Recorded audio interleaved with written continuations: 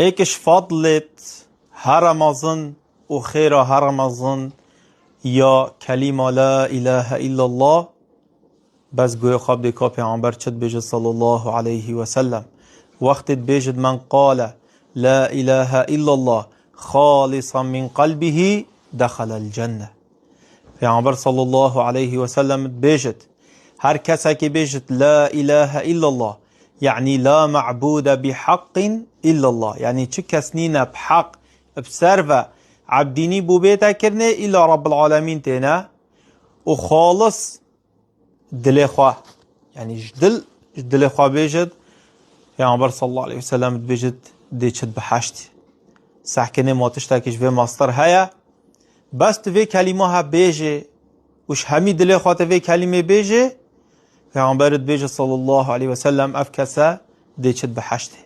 سحكنه فضل رب العالمين چنده و چند مازنه و چند مازنه كلمه توحيده.